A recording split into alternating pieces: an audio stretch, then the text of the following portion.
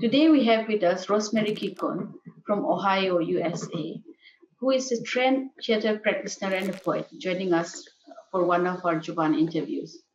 Rosemary Kikon has performed her poems at the Copenhagen Poetry Club, Tokyo's Bar Garigari, and Berkley Poetry Slab, among others. Her book of poems, Memoriographia, published by Heritage Publishing House, Dimapur, was launched early this year.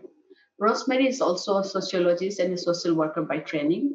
She has been involved in many humanitarian works such as rehabilitation and relief work with tsunami hit Sri Lanka, and she has also worked with Afghan refugees during her association with the UNHCR.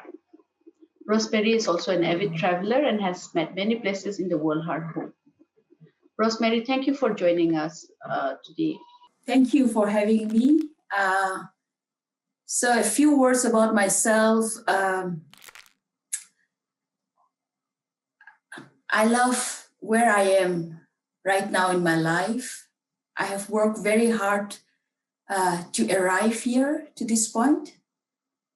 I feel at home in myself, in my body. And that took me a lot of years of struggle. So I think it's a good place to have arrived where I am. And yeah, as of now, I can only say that. Thank you, Rosemary. That was a very lovely introduction and a very sincere, heartfelt introduction which we have made, and it allows us to peek into your big heart that you have. Rosemary, you are a well-known theater practitioner and poet, and has written a lot of beautiful poems. We want to ask you one thing: what made you step into the world of poems and performance arts? When and how did poetry come home to you as a form of expression? I was always fascinated by the arts, be it performance art or poetry or books. So I came to a point in my life where I felt that after trying to discover the world outside, I had to discover my inner world and all the rich experiences, the painful ones, and also the joyful ones, and also a lot of boring experiences that I've gathered in my life. So I think it was in my late 30s, I really seriously started thinking about doing something different. And so I started reflecting on what would be the best thing that I can do to start this journey inside my soul or inside my life to enter. And I found theater the best medium. So I got trained in Copenhagen at the Commedia School for 2 years. And I started after that writing my own theater work. I basically started writing from very personal perspective and got my theater friends together, and we started performing at the margins of Copenhagen white world. So it was very experimental work, but very, very enriching. So that's how I started and performing. And regarding writing poetry, I think one thing led to another. So as I started performing, I also realized I started writing scripts to enter my family past. I had to write poetry. And I always liked poetry as a genre. So the first thing I wanted to write about was something close to my life, my childhood. And that was the death of my brother. One of my brother, I had only one brother, older brother, 4 or 5 years older than me.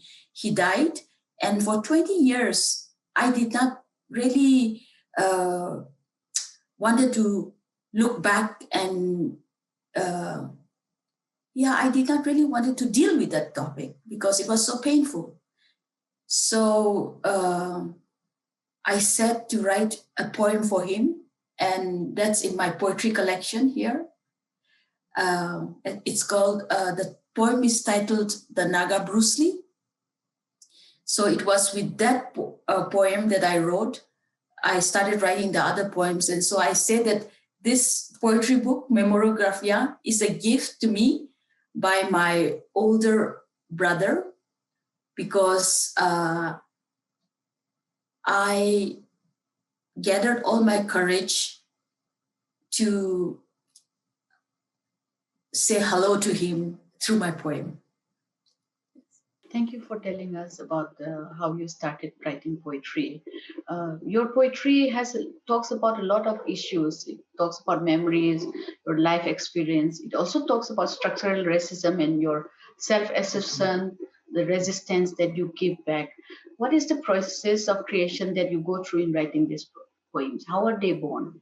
Is it a spontaneous overflow of powerful feelings, or is it a difficult but that involves a lot of pain and time? I think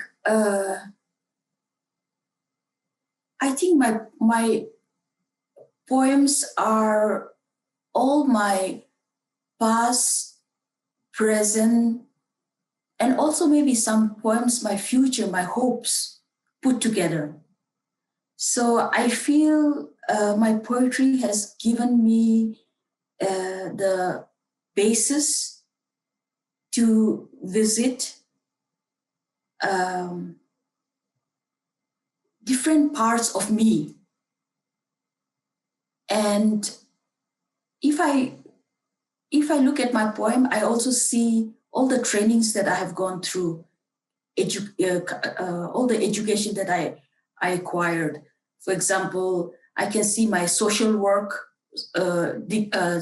training there, because I like writing about social topics.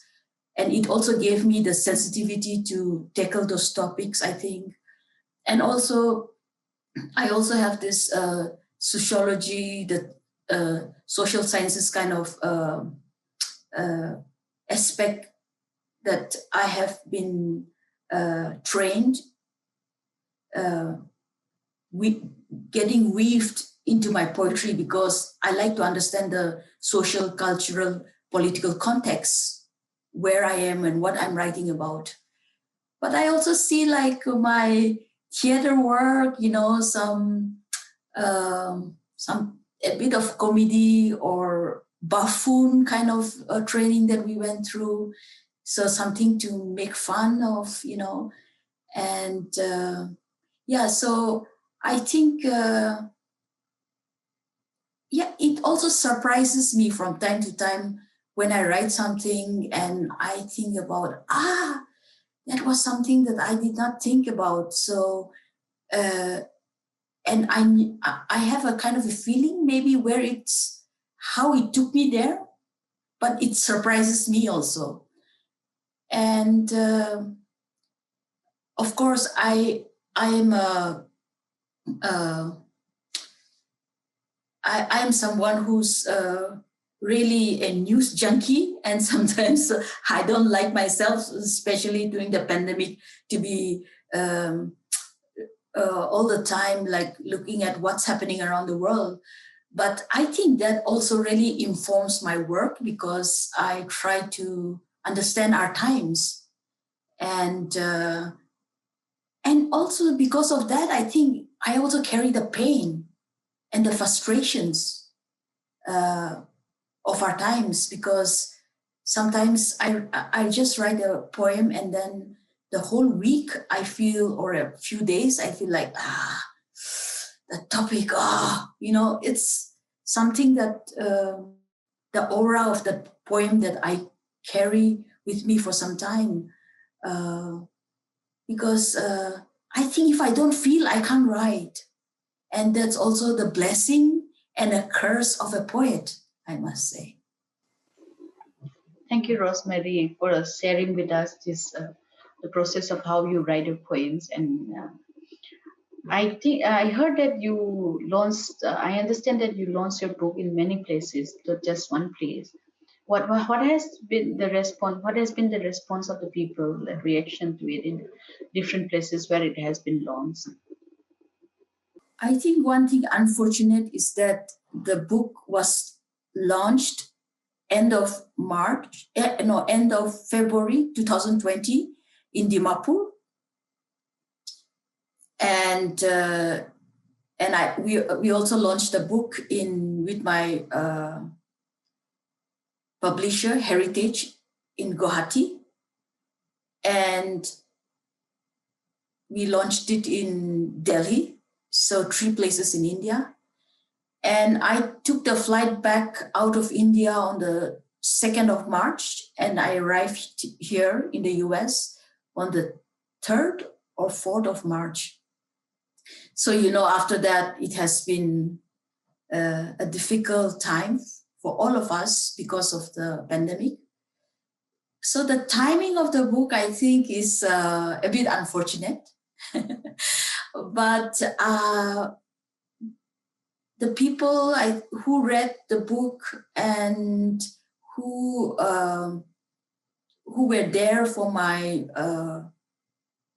book launch were very, very supportive, and they had very encouraging and positive things to say. So, this is just a humble journey that I've started, and the pandemic came in between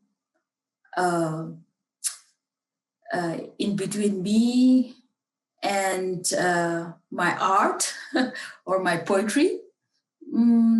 But I think that's how sometimes that's how it is, and I just have to be humble to accept the situation. And I hope that after the pandemic, the book will have a life of its own, and my work and my what is within my control is to keep doing what I am called to do, and that is to write. So I'm working on my next book. Maybe by next year, 2021, summer or so, I should be ready with a book. So I'm just doing my best during the pandemic, what I can do to keep myself focused and to keep doing what I love to do, that is writing. Then we should expect some wonderful news and some wonderful poems from you in 2021. The title of your book itself is very interesting and suggestive of memories. I wanted to ask you, Rosemary, who are your influences when writing poetry? You grew up in Nagaland. Is it the memories that you have of Nagaland, of growing up, of your childhood, that is shaping some of your poems and shaping you to be the person and the artist that you are today? I think poets like Maya Angelou had a very strong influence in what I write, and also Langston Hughes. And especially, I think after I came to the Western world, I discovered their work and they really influenced me. And I felt I could feel the poetry because maybe I also dwell in a brown skin in the Western world. So they really spoke very strongly to me. But when I was in Delhi University studying, I discovered Faiz Ahmed Faiz, the Urdu poet, and his poems were also really so strong, and I felt it spoke to me, and I felt the connection to life through his work. Vikram Seth also really fascinated me. something about his poetry. I was very fascinated that he wrote the poems that somehow were so special. So there are many other poets, but I think when I at certain point in my life, these people were very important. And Dimapur, I think Dimapur is strong in me because I grew up there and I can use my experiences to write what I write. It's a very it's a place that's very alive in my life because so many things happened to me as a child in that town. So Dimapur is in that way the dusty, noisy Dimapur is always a town that I carry with me. Yeah. Rosemary, sometimes the language that we choose to express ourselves is often the one closest to us.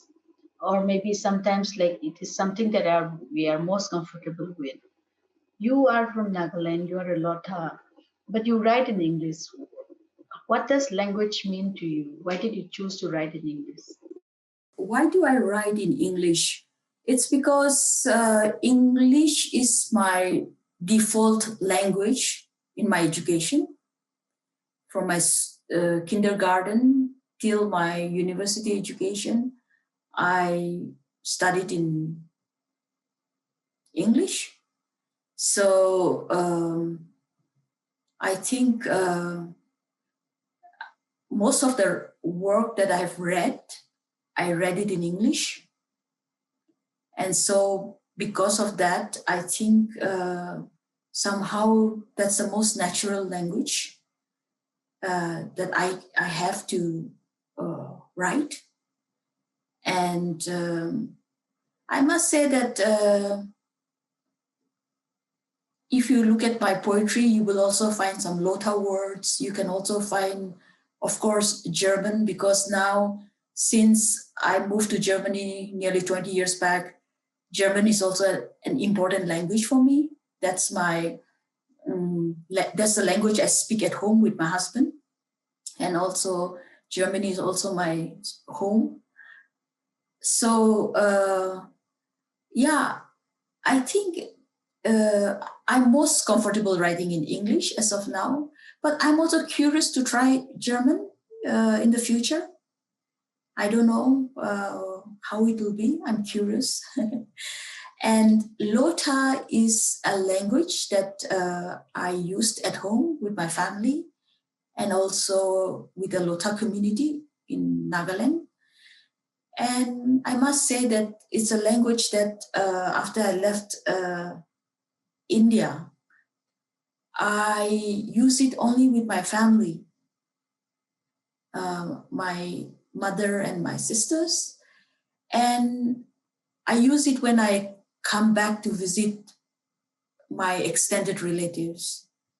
And I have realized that I enjoy speaking the language when I'm there because I feel something in me that that I realized that it existed, that it comes alive when I speak Lotha.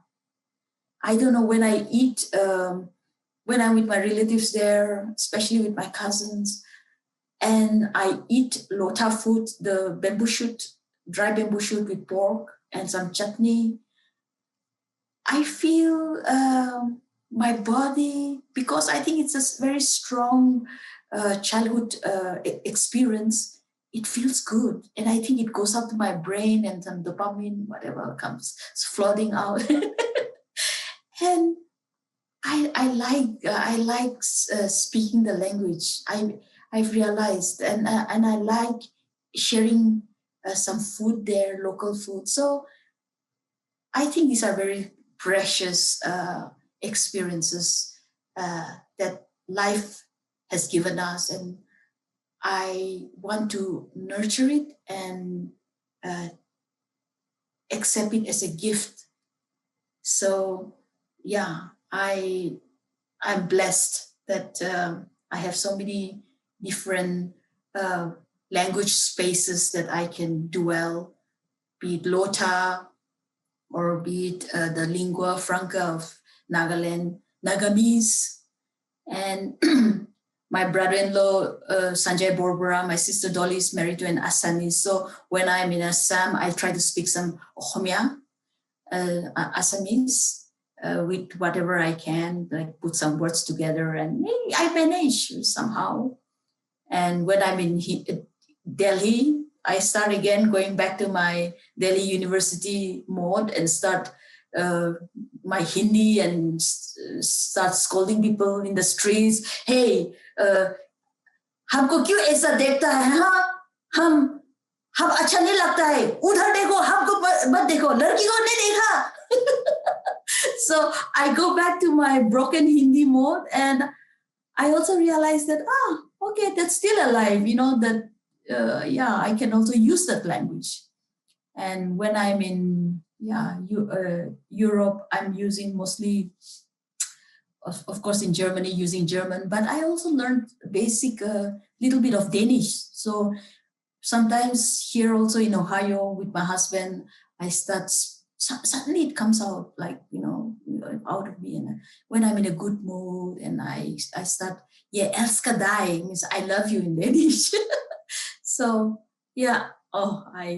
I took, language is a fascinating subject. So I can go on and on.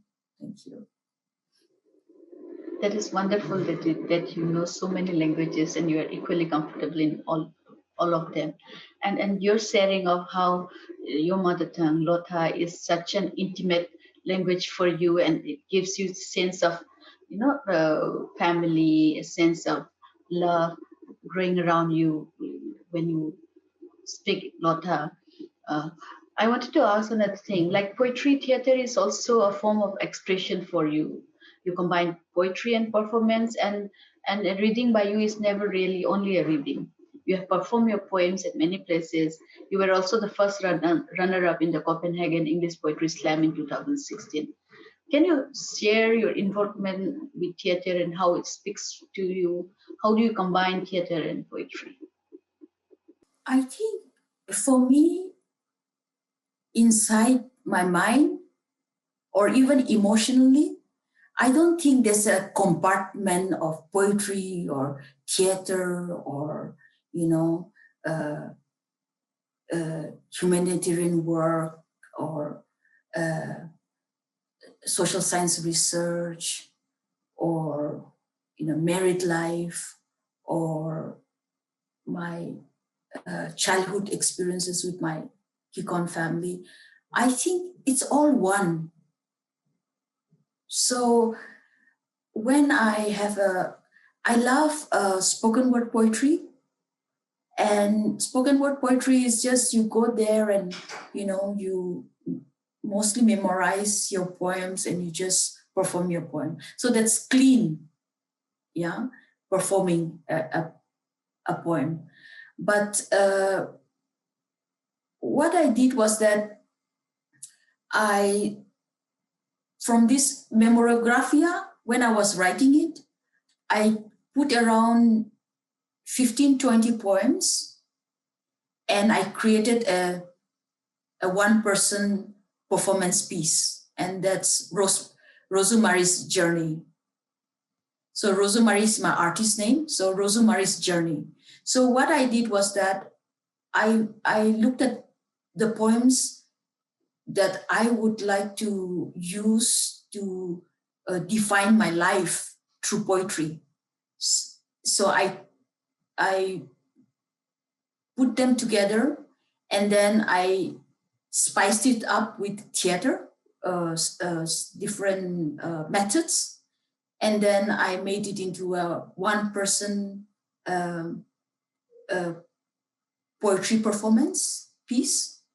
And I really enjoyed performing that. And I also sing there. I also do some kind of clowning, making fun of myself, like buffoonish.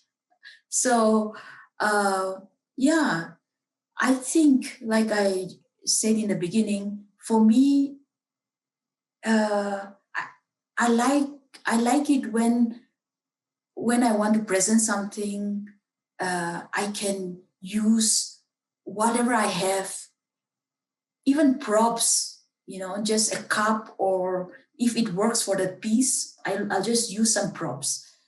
And if there is something that I can use from my life experiences or my trainings in theater, or also, my family, from my family experiences, from my travels, I just incorporate them together. And so I love to cross boundaries and challenge myself.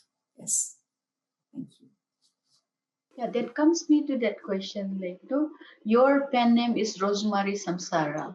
Oh, how did you choose this name? And why did you choose this name? It's a very lovely name. My mother named me Rosemary. So that name is a gift from my mother. And Kikon is a Lotha Naga clan. It's a big clan in Nagaland. So that's a clan name. And Rosemary is a name that my mother gave me.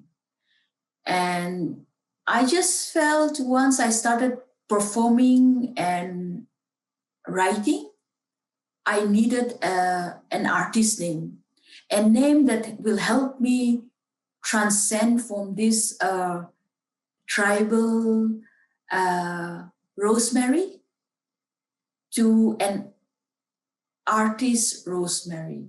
That's all inside me. I don't know how much sense it makes to others. It will give me more freedom to express myself emotionally, and also it'll help me to explore what I want to explore. And so I was looking out for names for some time. I was thinking about this and that, but I did not feel very comfortable. But in 2015, I went to Japan. And then I discovered that in Japan, rosemary, in Japanese pronunciation is Rozumari. And I really like that. I thought, wow, I've come here to get this name as a gift. So I took Rozumari. And that was also the time I was really feeling emotionally and also physically. And also somewhere at the mind level, I was feeling free, because I think I was tackling so much of my family baggages, the family sadness, the tragic, the joys, the irritation that we carry, and the pleasant things and the unpleasant things and everything. So I felt that the more I worked on it through my theater and my poetry, the more something in me I felt more free. I felt my past somehow making peace with me and leaving me. And something inside me really told me that I was going through a rebirth.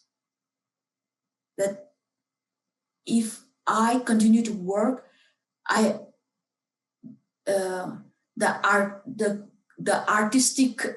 art god and goddesses are there with me somewhere. I don't know, in a strange way I felt that, and that's where I felt I needed this Rozumari's rebirth.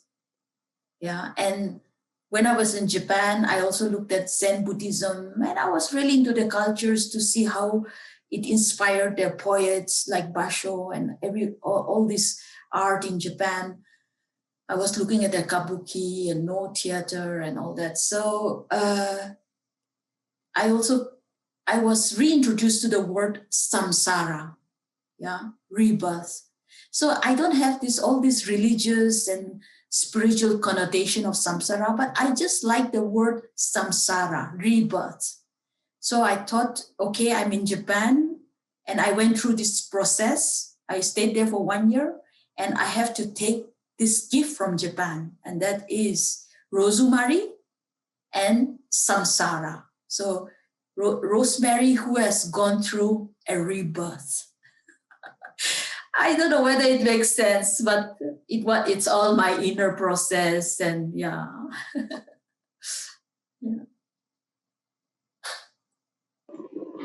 It's such a wonderful story that you have there, and such a meaningful name that you have chosen as your pen name, Rebirth. While talking about rebirth, there's a song sung by your mother talking about your death. This is a dirge, penned and sung by your mother. Can you tell us the story behind this song?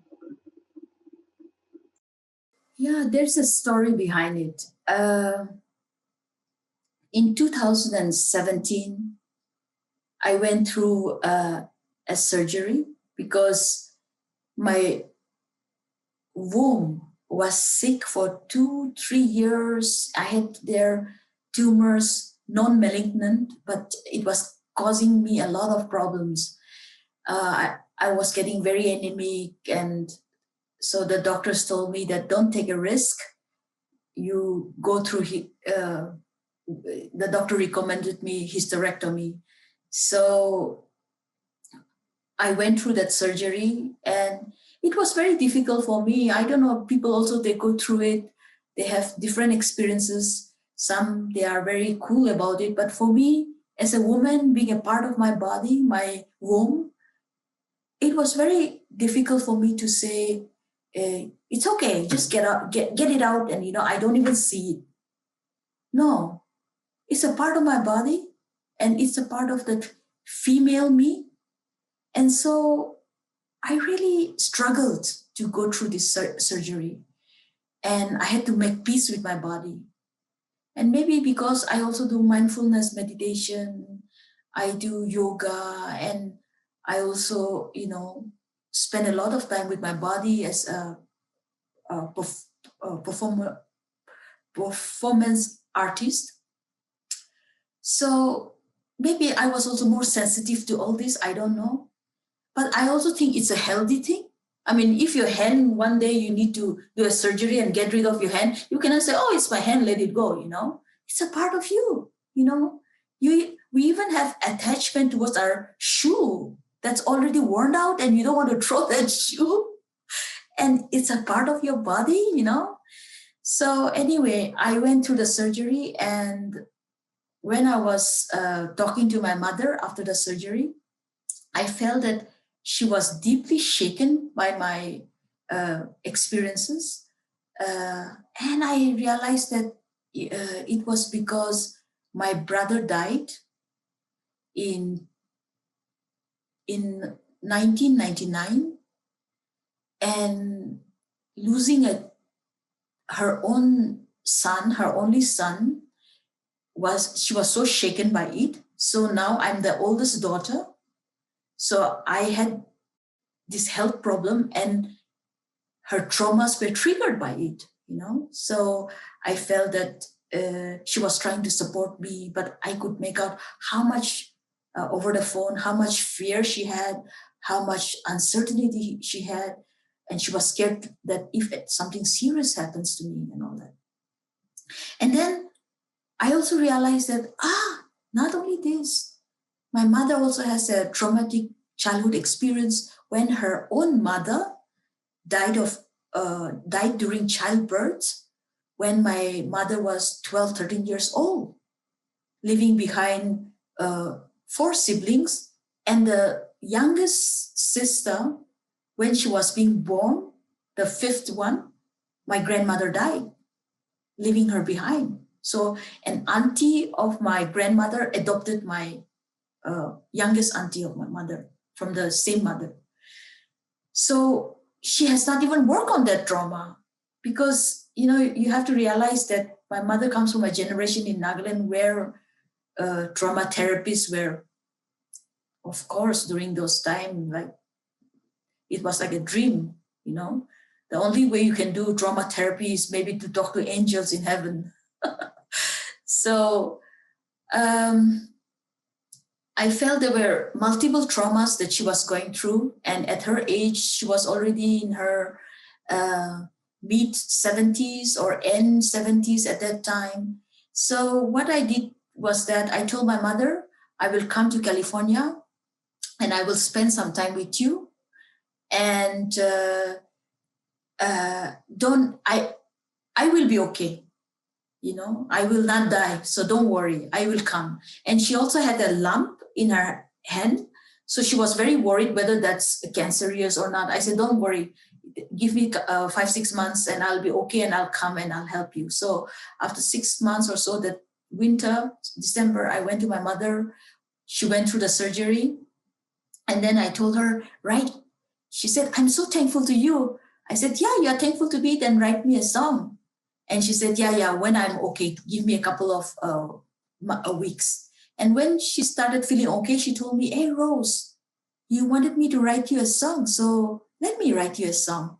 So my mother is a folk singer, and also she writes in our native language, Lotha. During her time in the All India radio station, Kohima, she used to write and sing a lot of her own songs. So she was an art. She also has an artist background. So my mother wanted to write me the song after she felt better. And I said, well, what is the song about? She said. And I told her, it's about, you have to imagine that, I have died.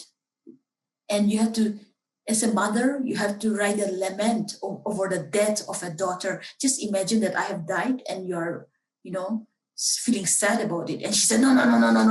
I'm not going to write about that. That's not the topic that I want to write about. And then I just kept her for some days like that. And then I told her, when she started cooling down, I said, look, mommy, you are spiritually Christian. Your father was such a kind, practicing, spiritually grounded man. You had so much respect and love for him. And it's because he was foresighted. He educated you, taking you all the way from Woka by foot to Golakhat to put you in a school, 3-4 nights of trekking, going trekking like how we used to do now, barefoot. Just imagine your Christian faith. What happened to Jesus Christ? Jesus died and he rose again. Symbolically, just think about that. So even for me, I died during my operation. Something in me died. Of course, my womb died. My womb was sick and it died. But I rose again. Life blessed me with this life. So I've gone through a rebirth. Yeah, something inside me is gone. And I have this new life. And so you have to think about it like that. And after that, she said, okay, then that makes sense. But regarding your death, it's very painful to think about it anyway. And so it's a long story, but this is how she got inspired and she wrote that song for me. And in 2018, we had a performance in Copenhagen where we did a piece called Rozumari's Rebirth. And my this song was recorded and then it was played on that performance.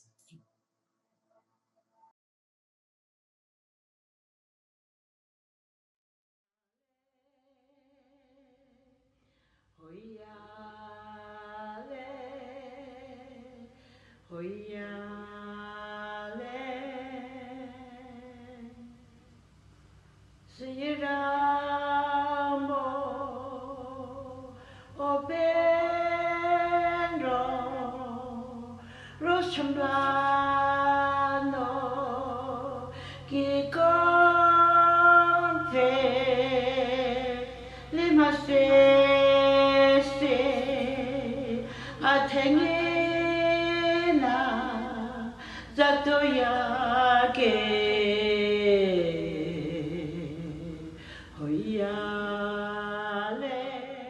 So how was your mother's song received in the performance?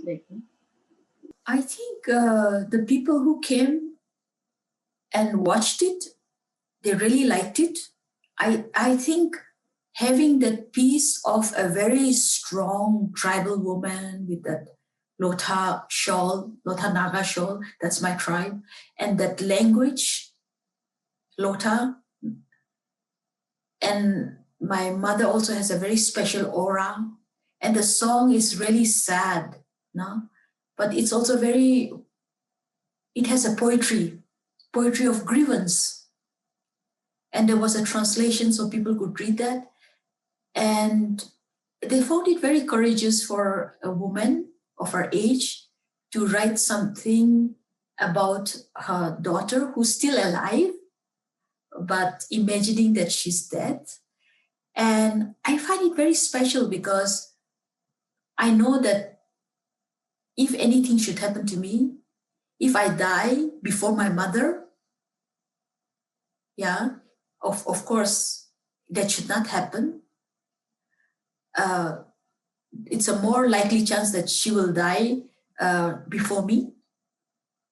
So if one day my mother is gone and I die after her, after 5 years, 10 years, I still have a song of my mother on my funeral day, you know? I find that very beautiful. Such a sweet story behind the song.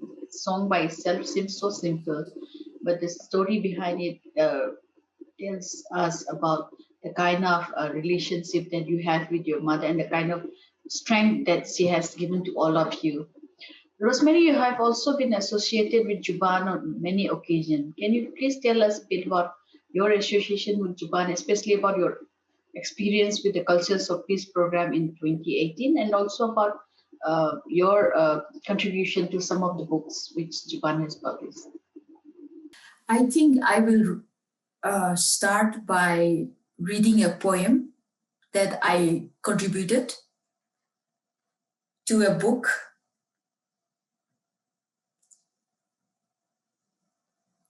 The Many That I Am, writing from Nagaland, edited by Anongla Zoe Lumkomer, Zubaan book 2019. In this book, I have two of my poems, and I will read the first poem. The title of the poem is No, No, No Woman. And I think this poem is really relevant for our today's world, that we are all suffering under nationalism everywhere, becoming more parochial. I'm also grateful that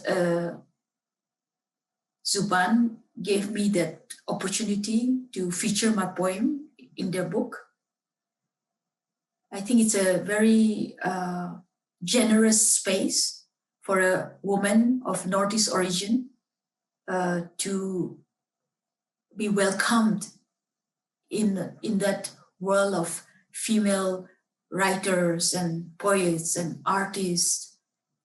I think for me, I feel being from the Northeast, Zubaan is like a space where we are welcome. You know, we don't have to prove ourselves. We don't have to say things. You know, we are just being told, come, be a part of us. And it's very difficult to break through a lot of other walls, but I think Zubaan just opens its door. And that's something with Urvashi I enjoyed, I value, and I appreciate it very much. Zubaan is, I think it's like a home, you know, coming to poetry and writing and art for me, you know. They are very, they're very important for people in the Northeast, especially women who wants to write and perform. So the title of the poem, it was first featured in Zubaan book, but this poem is also included in my book, poetry collection. The Naga nationalists told me to hate the Indians. The Hindu nationalists told me to hate the Pakistanis. The European nationalists told me to hate the immigrants. The American nationalists told me to hate the terrorists. I said, no, no, no, let me think for myself. The patriarchy socialized me to stay an obedient woman. The capitalists socialized me to buy products after products. The media socialized me to listen to them and not to my inner voice. The women folk socialized me to serve the men folk and to forget myself. I said, no, no, no, let me think for myself. Yes, I'm not your slave. Yes, I'm not your toy. Yes, I'm not your doll. Yes, I am not your so-and-so. Yes, what the hell? I am Rosemary and I am a no, no, no woman. It was so wonderful, Rosemary. Can we talk about your association with Zubaan and especially your play Requiem for Dead Sisters that uh, you performed during the Cultures of Peace Festival in Ahmedabad in 2018. What made you? What did that play mean to you? And why did you choose to represent the subject of sexual violence in this manner? Can you please talk about it? I was invited to participate in this Culture of Peace festival. And I was thinking what I should write about and something close to my heart. And I felt, I wrote the script and I invited a performing artist, named Lapdeng Siam, and also my sister Dolly. Three of us, we performed this piece together. And what really has been in my mind for a very long time was to look at the Northeast sisters who are murdered, killed, and disappeared. No?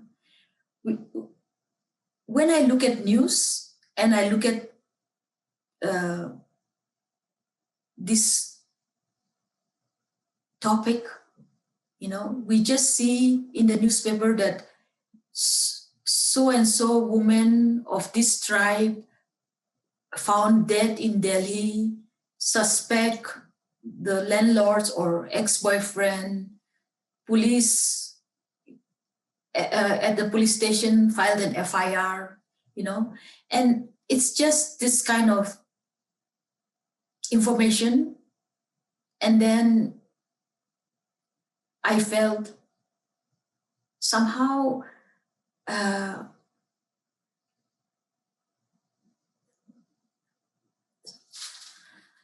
I felt for the souls. Yeah, I felt what happens to women like that when they are gone, and in the media they write like this, and it's just that space where I felt as an artist, people don't want to talk about them anymore after a certain point because, I don't know about you all, but a lot of very good friends during the pandemic also, once you start telling them, I'm having some anxiety attack, or, I feel like that, they said, oh, don't talk about that. No, let's talk about good things. So we live in a culture where people are constantly seeking for only positive information. They want only to hear the good side. And I just felt as an artist, that's the space that I can dwell, and I can bring those dead, murdered sisters alive to my piece, Requiem for Dead Sisters, and also pay tribute to them, to their souls, that you all are not forgotten. Yeah. And here I also feel, I used to study in Delhi University. So that these young students or young women who have just started working in Delhi, they were found dead and murdered. But Anju, it could have been you. It could have been me. We stayed in all this. We don't come from very rich backgrounds, so we can hardly pay our rent and survive in Delhi. So we stay in neighborhoods that are really unsafe for young women. So I moved to Delhi when I was 17, 18 years old. And I was staying in this Vijaynagar and Mukherjee Nagar and all this kind of neighborhood. I don't think that was a very safe space for young women at that time, 18 years old. So when I used to see this news, I used to think it could have been me. I just escaped that. And also in the Northeast, I started doing research, and I found that women are killed because of witch hunting in the border areas, and also in Tripura. Women are killed by insurgents because they suspect them of, being a traitor, or they scapegoat them that way. Women are, attacked because they are journalists or they are activists, or they are raped, or all that by the military, army, and also domestic violence. So by their partner, ex-partner, from their own family, because of property issues. So I felt that I wanted to, in my own small way, I wanted for this festival to take this issue to mainland India, Ahmedabad, and also we did a show in Guwahati and also in Shillong, and pay our respect for these sisters, but also create an awareness in the community about these issues. And somehow I also felt I got inspiration from this Japanese dance theater, Buto, the dance of the darkness, that's what they call. So I felt, taking that Japanese inspiration of Buto, and also in the theater school, I was very fascinated by buffoon. So taking that buffoon element and taking the European requiem culture of, I really find this requiem music really, it suits my soul so much. So taking that European experience and bringing my sister Dolly, bringing Lapteng, the very powerful performer with her tap dancing, very energetic tap dancing. So we brought all this together, and Zubaan gave us this space.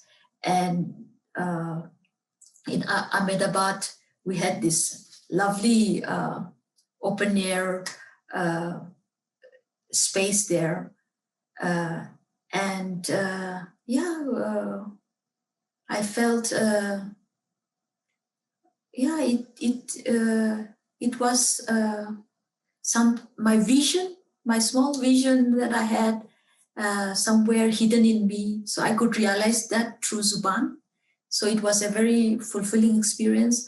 I want to revisit this piece again in the future, maybe bring it to Manipur or different parts of Northeast or into Delhi. So after the pandemic, we can think about it. But thank you for asking. Thank you.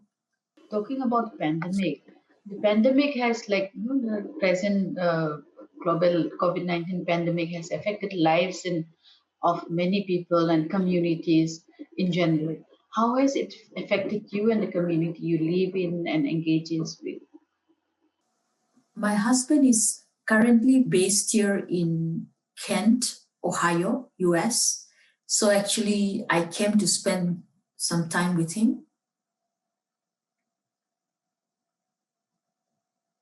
On the 3rd of March, I arrived here and the pandemic just happened. So I've been with him. And my husband moved here in 2018. So he teaches during the semester, and the whole summer and winter we are away. We live in Europe or we travel. So we are here only during the semesters. And during his semester again, I travel. I was in India for a long time, for 2-3 months in beginning of this year. I spent a lot of time with my mother in Berkley. I also spent time in Germany with my German relatives and friends. So it's just a coincidence that I'm here in Kent, Ohio, and it's a small village. It's a university village. So we are mostly at home in a flat, small flat, or like a guest house kind of a flat. And it's very strange because we are away from all our relatives, our German relatives, my side of the relatives. So both of us are stuck for the past 7-8 months. And my husband's colleagues, they are very cautious. So we don't have any contact. We just write emails or we call each other up from time to time. So it's very, very strange. And I don't know what to do with it, frankly. And there are times it's very overwhelming, especially in the beginning, March, April, May. I really felt very overwhelmed and I felt my anxieties just, coming up and down, and sometimes like driving me a bit crazy. So because I think I have my sister in Australia alone, I have my niece and nephew in India, I have my mother and my other sister and nieces in California, I have my mother-in-law who's 85, 6 years old alone in Germany. So, you cannot support each other, but also you have to support each other. So from that point of view, at the family level, it was very emotionally chaotic to be there for everyone. But in the same time, you don't know how to be there because we are experiencing the pandemic from a very different context. In Germany, it's very different from in Australia. And in Australia, it's very different from in Nagaland, in India. Or it's very different from in California because California is a democratic state. And here it's a Republican state.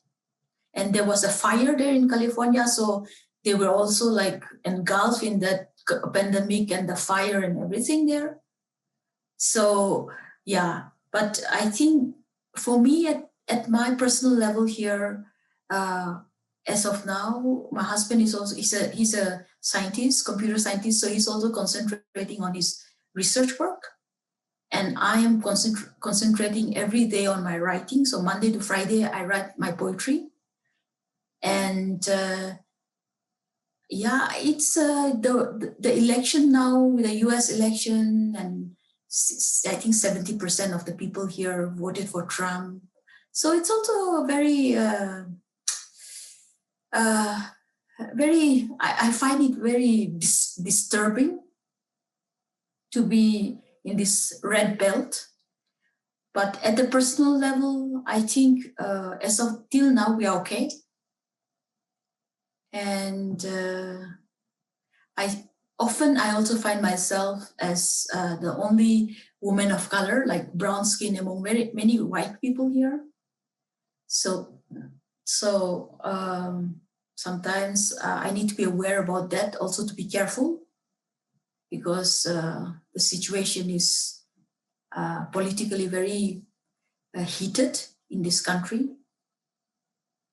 So these are my issues. Of course, I feel the anxiety. Yeah, I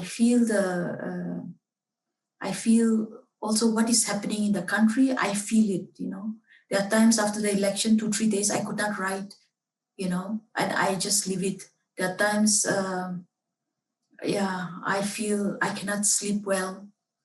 And all these things, what other human beings they go through, we are also going through.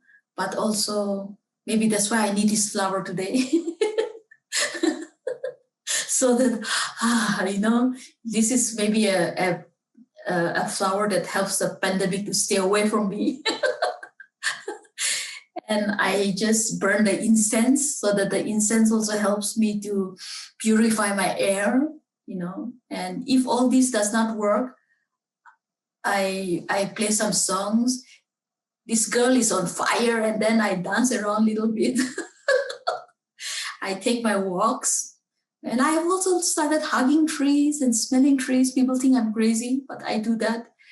So yeah, that's a long answer. That is such a positive attitude that you have, like making the most of all the trouble and all the isolation that the pandemic is bringing you. And we hope that you'll be bringing out the book soon, since you're using the alone time now to write more and more. And we really look forward to having you with us back here in India, in Manipur and Nagaland again. Thank you so much for joining us today, Rosemary. I keep saying Rozumari also. So Rose and Rozumari is the same person.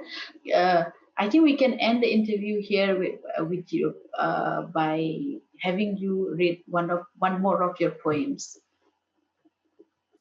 This poem is titled Mother's Cross. And I wrote this poem for my mother, Mahalo. She was a single mother, so this poem is for her, for all that she went through for us.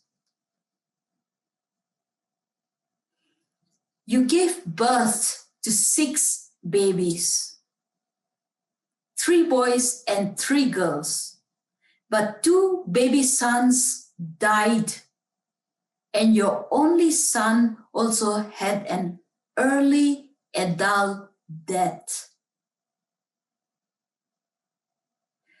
People around you went on and on and on that you are good for nothing.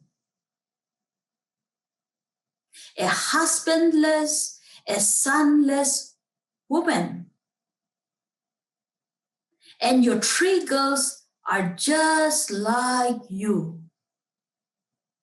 Good for nothing. The local patriarchy, grounded on their cultural Bible, the customary laws, brutally condemned you, crucifying your broken soul up above our 74 Duncan Basti house. spitting at your helpless spirit, cursing the female you, calling you degrading names for refusing to live by their rules. But your tormented, rebellious soul quietly soaked in all this, and you carried this painful cultural cross. But out of all what you endured and more, you set your daughters free. Free from the barbaric shackles of the merciless tribal patriarchy. Thank you, Mother, for this most precious gift. Thank you so much, Rosemary, for such a wonderful poem. And really, I mean, your poem speaks of the struggles of your mother and how she has crossed over all boundaries, all traditional patriarchy, as you say, to make you three sisters, the people that you are. And I think she has succeeded. And lots of love to her from our side also, and lots of love to you across the world. I mean, your day is our night. That is what you said, and it might seem that we're living across, poles apart, but we are near to each other through our hearts, the love in our hearts. Thank you for joining us today, Rosemary. Thank you so much.